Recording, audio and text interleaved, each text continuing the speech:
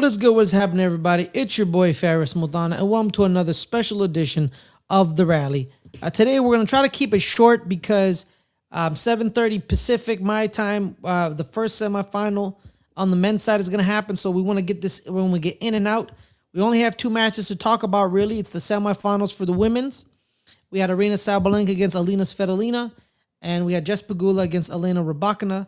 But without further ado, let me introduce you the person that I'm always with, my doubles partner. Forever and always. Adelia. Adelia, how are you? I'm good, Ferris. Really good semifinals last night, but they both were also kind of straightforward in the same way and went exactly how I expected them to. How well do you think me and you would do in doubles? I think we'd be all right. I mean, I don't have the best hand-eye coordination, so tennis, every time I tried to learn how to play tennis has not gone well, but We'll have 8 eyes out there, so that'll be pretty good. that's true. Yeah, so be on the lookout for that, huh? There's our advantage. 8 eyes. You only got 4. But yeah, until we're playing under the roof and we got to look up in the lights and it reflects yeah, the glass. that'd be awful. Or the sun. Oh my god! Awful. And then the index at 5, and then Yeah, it'd be pretty awful. Yes, I couldn't take the heat. No, but without further ado, let's get right into it. Let's talk about the first matchup.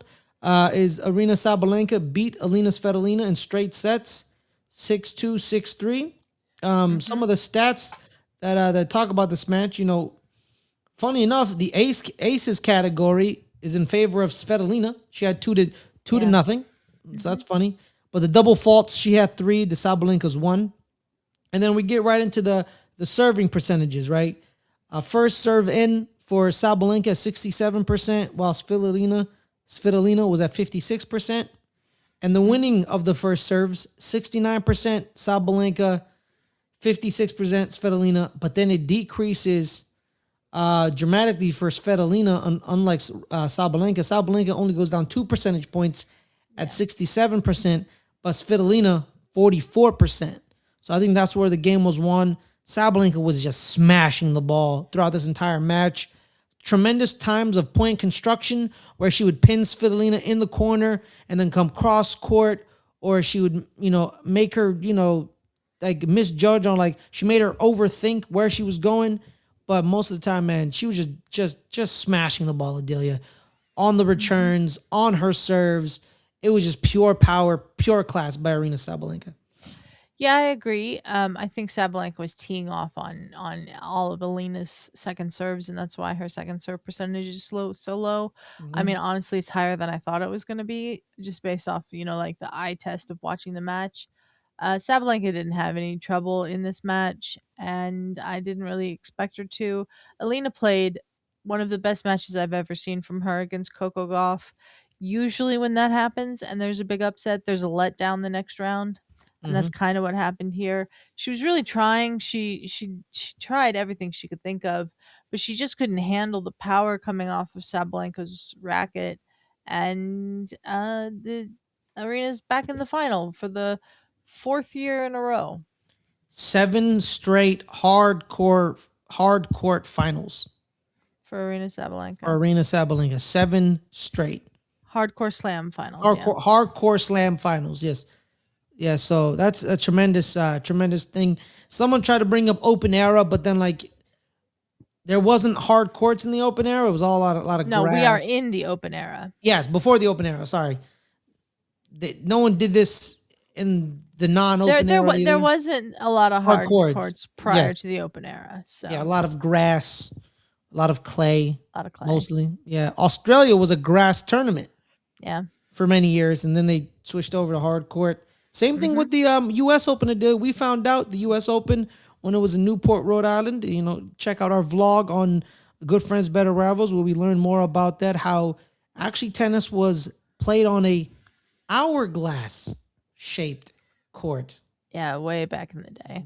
Back in the day. And then the Wimbledon Croquet and Lawn Club said, you know what? Let's make it a rectangle. Yeah. Let's make it that. And the rest is history. Yeah. Shout out to that. So if you want to join, if you want to listen to that vlog's on the channel. So make sure to go back there and look at it. But yeah, man. But the U.S. Open, I think your original point there before you meandered into the Yeah, it was grass. thing. The U.S. Open was at times both clay and grass. Oh, It's been clay. both, and now I, it's hard court. wow, I didn't know Yeah, about the clay part. I know about the grass yeah. part, not the Way clay part. back in the day, it was a clay court. Oh wow, that's tremendous. It was in Newport, Rhode Island, and then they moved it to New York. But clay, I didn't know that about the clay. I didn't know that. Was it clay in New York or was it clay in Newport? I'm pretty sure it was in New York. It was clay in New York. I'm pretty sure it was, and then it became a grass court tournament, Oh and wow. then it became a hard court tournament. I need to. I This need is to just invest. from my memory. I could be wrong, but I need to investigate that because I want to know like how do you go from like probably maintenance, probably maintenance issue. They didn't. They didn't want to. I They don't didn't want know. to. Yeah, maybe. But yeah, there's nothing really much to say about this match. It was kind of a, you have world number 1 beating world number 12. Yeah. Like she was The better than U.S. her. Open was played on clay courts for 3 years, from 1975 to 1977, Oh wow. Who at won? Forest Hills. Who won? I want to know. I want to know who won those. I don't know who won them. I'll look Jimmy them up. Connors won in 1976. Okay. Guillermo Vilas in 1977. Chris Everett won the women's title in 77. Mm, So this is just from a quick Google search. I don't know who won in 75. yeah, that's pretty cool. They've Mm-hmm. probably man. All 3 services have been at the U.S. Open. That's pretty dope. Yeah. That's pretty dope. That's pretty dope as well. But yeah, man, like I got really much to say about this match, dude. Yeah, I like Aryna a lot.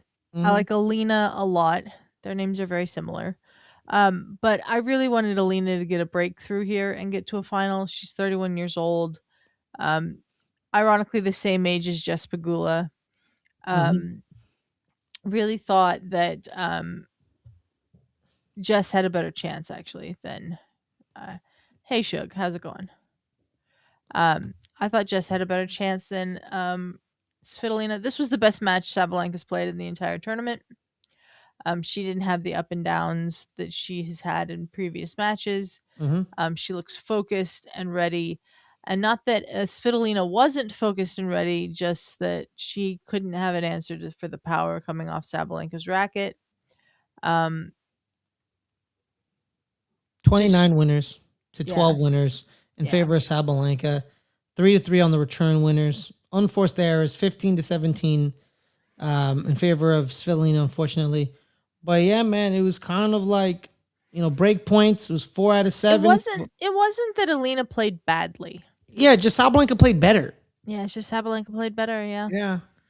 Uh, Honestly, Dilly, if it was, I think we just kind of move on to match number 2. Yeah, I That think one probably so. had a little more, Oh, we do need to talk about the hindrance call. Oh yeah. She got called for a hindrance. That is correct. Sabalenka got called for hindrance very early in the match. I think it was the 4th game. Louise Engzel, I believe, was the chair umpire, and I don't think it was hindrance. Sabalenka challenged it. She reviewed it. Louise did, and still called it hindrance, just because her grunt had a second part to it. Like, Isn't she the same ump in hindrance. the? I think I recognize her. Isn't she the same ump from the Naomi Kristea match? I don't know that. Oh No, I 'cause don't think it is. I don't think it is. Okay, all right, yeah.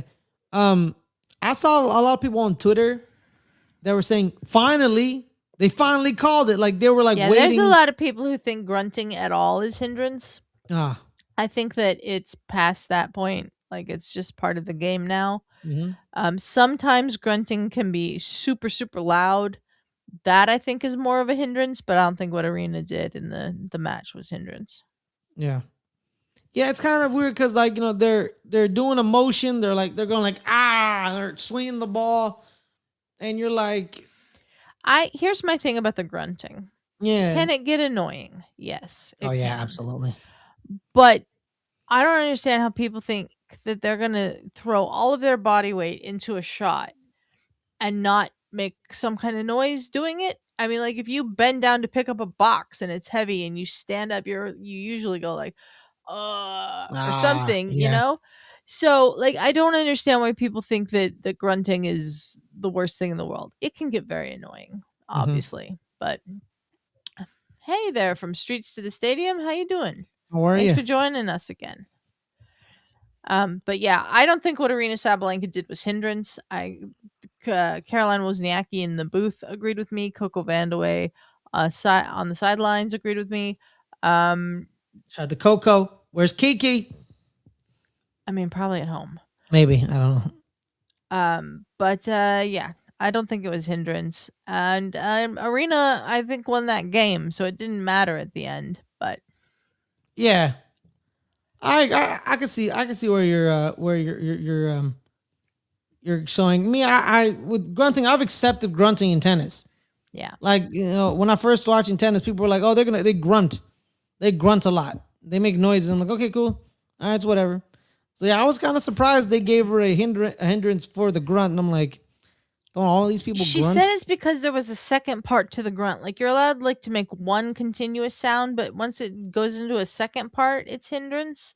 Was basically the explanation from Louise Engzel, and I just don't agree with that. Yeah, Like, I'm with you. it to me it wasn't hindrance, but it didn't affect Arena in the end, and it didn't affect the outcome of the match. It wasn't like it was on match point or anything like that. Because once you get called for hindrance, you automatically lose the point, whether you were about to win the point or not. So it didn't matter in the end, Yeah, but it is something to the match. yeah. Be on the lookout for it because she's gonna be in the final against the winner of the second match, Elena Rybakina. She Hmm. beat American Jess Pegula in straight sets. Set one was 6-3, but set two, they went to a tiebreaker. And in the tiebreak, they went all the way up to 9-7 in Rybakina's favor. The backhand, Adelia, I kept watching it. I kept just saying, this backhand of Rybakina is just deadly. She was tremendous with it. It was a tremendous weapon for her. In the second set, I think is where it kind of like the the the emotion or the drama kind of raised because Yeah. Rybakina was at 5-4, serving for match, Hmm. and Jess Pegula had to save 4 match points. She did. And Jess really fought at the end of the second set. I mean, she yeah, fought throughout the whole match, obviously, but she really like was able to make a dent in Rybakina's game. In the end of the second set, Rybakina looked very nervous, and like they pointed out that she hasn't been back to a Grand Slam final in a while. Like, it was 3 years ago, I think, when she played Sabalenka in the Australian Open final. That's her last Grand Slam final. yeah, And she'd only been, I think, to the one before that when she won at Wimbledon. So this is not a stage that she's necessarily as used to as Sabalenka. Um, mm-hmm. but yeah, the Jess really fought at the end there. She really wanted to do that, but Rybakina settled herself down enough in the tiebreak to win it 9-7 and win the match. Yeah, Rybakina, after the match, funnily enough, was talking to Casey Delacqua on the court and said that she was thinking about the epic 22-20 tiebreak that she played at the Australian Open a couple years ago. Do you remember that one, Ferris? yeah, I do remember that one. Yeah, it was 31 minutes long, the tiebreaker. It was her second round match against Anna Blinkova, and Blinkova won after the Yes, match by winning that tiebreak. So, yeah. yeah, she was thinking about that and how long the tiebreak was going and stuff. And she didn't want it to be another 22-20. Oh yeah, I would agree with her. And some of the stats kind of tell the story. You have 6 aces to 2 in favor of Rybakina. And then here's the serving percentage really kind of throw you off because first serve in for Pegula was 64%, but it was only 55% for Rybakina. But Hmm. she won those serves at a 73% clip. Even Yeah. though she would only bring them in at 55%, the first serves, but when they would be brought in, she would win 73%. From the So streets to the stadium saying he's kind of lost what's the talk about. We're talking talking about about the tennis. Australian Open tennis. Yeah. Wow, this is our tennis show. From the streets to the stadium. Starting 11. It's Tuesdays, 5 o'clock Pacific. But thank you for joining us on the tennis here. We're glad that you're here as We're well. glad we're Regardless, glad you're here as well. yeah, we're learning as well. I I'm just gonna learned. call you Streets because that's a very long username. But glad you're here as well, Streets. Yeah, I learn about tennis. I learn something new every day. Streets. I found out the U.S. Open has used all three services. I didn't know that. Yeah, I didn't know Ferris that. just learned that today. I just learned that today, so I'm really happy. But the winning percentage on the second serves, Pegula was at 37%, Mm-hmm. while Rybakina was at 48%. Yeah. A lot of good point construction. She pinned Pegula a couple times in the corner. Pegula, kind of was stuck a little times, but that backhand, man, oh man, that backhand Adelia, it was Rybakina's strong. backhand is smooth. It was strong. It was smooth. It was precise, and it was tremendous to see. And Mm-hmm. I'm a big fan. I'm a big fan, and also I think it's because everything around her now has kind of settled down, right? Yeah. She won Wimbledon. She kind of was. I'm not saying she burst onto the stage at Wimbledon, She but didn't burst onto the scene at Wimbledon, but definitely I think everybody thought Ons Jabeur was going to win that Wimbledon match. yeah. And then she then makes the final in Australia, and people are like, "Oh, this is a third girl or The woman." third woman in the big Yeah, three and then in and then and her yeah. Aryna and Mm. Iga Swiatek.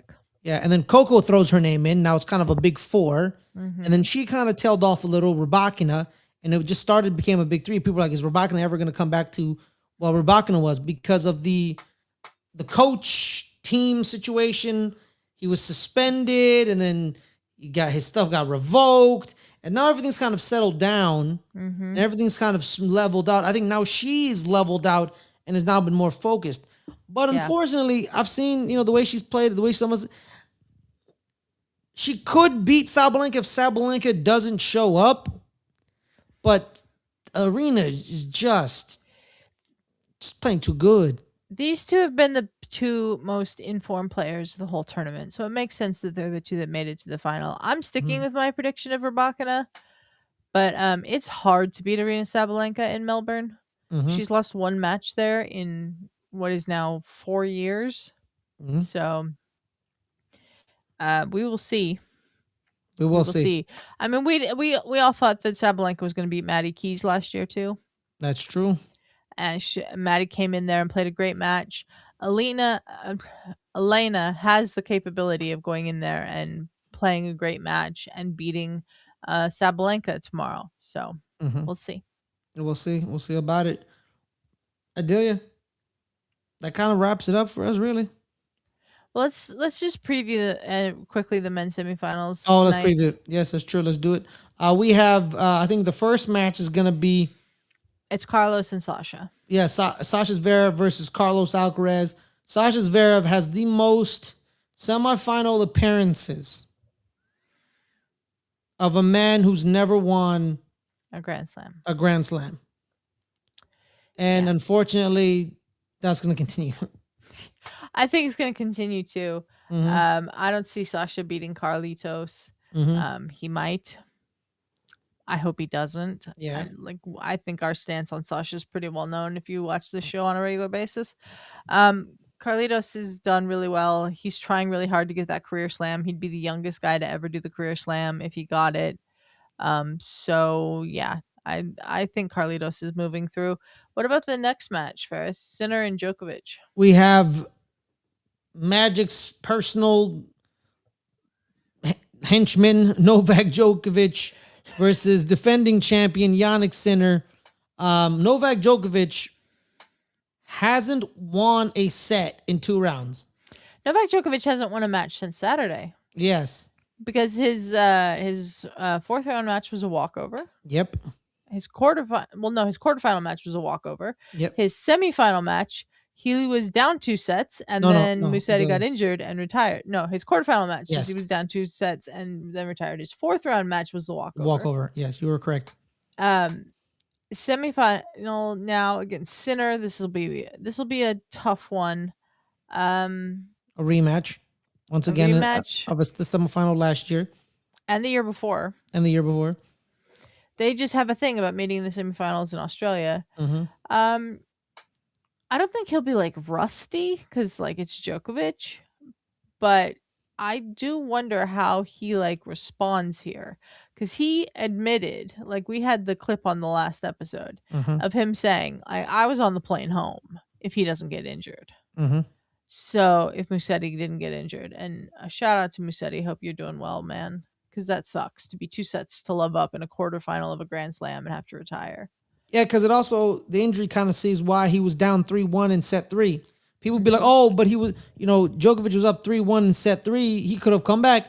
Yeah, no, the reason he was up 3-1 in set three is because he was injured. Mhm. It's not like a cause and effect. He was injured, so he got up on him. Yeah. Good luck to Novak Djokovic. He's probably going to use what was said in the press conference as fuel to show people, because players like him, they need the slightest of disrespect to then just kind of go into another like chamber of success. There are stories of Michael Jordan lying to himself about, oh, this dude said this about me, but he like never said it, because he needs like some swirling of hatred in his brain, some type of disrespect. I think Novak Djokovic is that type of player, but I Mhm. think Yannick Sinner, man, he's taken over this tournament. He's taking it over from Novak Djokovic, and I expect him to do the same. I expect straight sets, or no more than four, but I think he's going straight sets with Yannick Sinner, because So yeah, we're looking at a fourth straight Grand Slam with a Sinner Alcaraz final. yep, yes we are. They went, I believe, two to Sinner last year, one to Alcaraz, or two to Alcaraz last year, one to Sinner. Alcaraz won the Roland Garros and the U.S. Open. Sinner won Wimbledon. Who do you think's winning if it's Sinner and Alcaraz? I think Carlos is gonna complete it. I think Carlos is going to complete the Yeah, because career I think slam. there's that motivation of that career slam. I Yeah. think that motivation is a little bit crazier, because I think he's just gonna use it a little bit more, because I think in the French, that's probably gonna be something Yannick can use, because Hmm. Yannick That's the one Yannick needs that's to what put the Yannick career needs, right? slam. Exactly. So that's the one Yannick needs. So that one's gonna be similar with Carlos. That's gonna be the motivation. Same here, because it's not like like he's beaten Sinner on hard court. It's not Hmm. like he hasn't. So it's not like he's not gonna be scared of playing him in a final or a semifinal, on hard court, because he's beaten him in a final in hard court in New York, as well as he's beating him in New York again. So he's not gonna be scared. I know it's a different type of hard court, Yeah. but it's hard court, and you kind of get that vibe, right? And then Streets has a question for us. Who's the best tennis player in the game at the moment, by the way? Men's tennis player. see, that's Is the it thing. Sinner or is it Alcaraz? That's the That's question. that's the question. I think it depends on the surface, And it depends you but they've ask. been it depends on who you ask too. They've been so close. I mean, so close. Sinner was a point away from beating Alcaraz at the French Open last Mm-hmm. year. Yeah. Um, Alcaraz came back and got him at Wimbledon. They had a really close Sinner. match at the US Open. Sinner came back and got him at Wimbledon. They had a really close match at the US Open. They have these epic Grand Slam finals, almost kind of like the old Federer and Nadal Grand Slam finals at this point, where you go in not knowing who's going to win. Um, I think Alcaraz is probably more talented than Sinner overall, but I think Sinner has the more stable coaching setup at the moment because Alcaraz Yes. just split with his coach. So Mm-hmm. this final, if it turns out to be the two of them, would be fascinating to watch. Yep. And you know what? New coach, and he's one game away from a final. This is the farthest Carlos has ever gotten at the Australian Open before. So Yeah. Yeah, we'll see. But yeah, yeah. man. Yeah. It's one of the two of them, though, Streets. Those are the two best men's tennis Yeah. players in the world. Honestly, man, you ask me one day, I'm gonna say Sinner. You ask me 2 days later, I may say Alcaraz. Like, it's really that close, because Yannick Sinner, it's what, 20 straight games on hard courts that he's won? Is it? No, it was No. 22 straight sets against Ben Shelton. I'm going to look up because Oh, Sinner's on at a. Australia. At Australia. It was 20 games at Australia. Something If he like that. win, if he, well, he won 7 in 20. 24, 7 and 25. That's 14. He's won 5 so far here. So he's at 19. 19. This would be 19. 20, the semifinals. And then if he wins the final, it'd be 21. 21. Yeah, and that's just outrageous. That's outrageous. Now, I just find it impressive. Like, he went, it was Rod Laver at night, Adelia. And it was him against Novak Djokovic. Yeah. And Novak Djokovic was like, well, I don't know, like 105 Yeah. at Rod Laver at night. And he went there and he beat him in straight sets. And I was like, okay, what the hell was that? That was so. It's kind of like Alcaraz is the guy I've heard the most. Yeah, same. Yeah. But Yannick Sinner, man, right? Yeah, it's over. Yeah, It's over. Djokovic is still playing. Nadal retired a couple years ago. Federer retired a couple years before that. So yeah, that era is still over. Djokovic is coming to the end of his career. It's pretty obvious. Yannick Sinner has a 19 consecutive match win streak at the Australian Open. But overall, going back to the end of last year, he's on a 20 consecutive match win streak. That's what I thought. 20 now, yeah. Yeah, because, like the question in like I brought up the question in the press conference for Novak, where they're trying to make parallels of, early on in his career when he was chasing Rafa and Roger. You're now the hunter, because now you're hunting the new top dogs of tennis, Carlos and Yannick. And then he got a little mad where he was like, well, I think you've missed a couple of years in between where I won 24. Oh yeah. Like, it's like, no, recap. Yeah, like, we know. But you know what the question was, bro. Yeah. You know where the question was, because you were the hunter. And then you became the hunted. Then you became the hunted. And now you're the hunter again. Yeah, it's pretty obvious what was meant by that question. But he was a little mad. So we'll see how, like, could that reinvigorate him? Like, now he's the hunter? Because no one's expecting him to win. No one's expecting him to win this match tonight. No one's expecting him, if he does somehow win this match tonight, to beat either Alcaraz or Zverev in the final. Maybe Zverev. But I still think Zverev's capable of beating him in the final if it is Zverev. I don't think it'll be Zverev. I think it'll be Alcaraz. But yeah. So yeah, man. I think the reason with Streets is the reason about Carlos Alcaraz first, that he won he won a major first. Yeah. The epic 5-setter against Yannick in the quarterfinal, and then he won the U.S. Open at 19. 19, yeah. Then everyone's like, oh, look at him, and then Yannick wins Australia the next year, I think. Funny enough, in 20. It wasn't 20. No, it wasn't 20. It was 23. Yannick's first Australian Open was 24. 24, yeah, because Carlos wins U.S. in 23, correct? I believe he did, yes. So, Yannick has won the 24 and 25 Australian Opens, the 24 U.S. Open, and the 25 Wimbledon. That's 4. And then Carlos has 2 of everything but Australia. And then Carlos won the 2022 and 2025 U.S. Opens, the 23 and 24 Wimbledons, and the 24 and 25 French Opens. So, 6-4. Let's see. How old was Carlos in 2022? Yeah, I think he was 19. I think. He was 19, yeah. Yeah. So, he's 22 now. Is it 22, 23? 22. He'll be 23 on May 5th. So, yeah, he's 22 right now. He already has 6 majors. Yeah. He's really good. If he keeps that pace, Adelia, he'll break Novak's Roger and Novak's record. Exactly, because so it's 4. So you win 6 every 4 years. So 4 years from now, he's 26. That's 12. He'd have 12. And then 4 more years, he's 30. It's another 6. That's 18. That's 18. And then 4 more years at 34. 34. He'd have 18 plus 6. 24. 24. Yeah. So he's going to come very close, I think, to that. Absolutely. Sinner is also young. He's only 24 years old. Yeah. But he is a couple years older than Carlos. So yeah.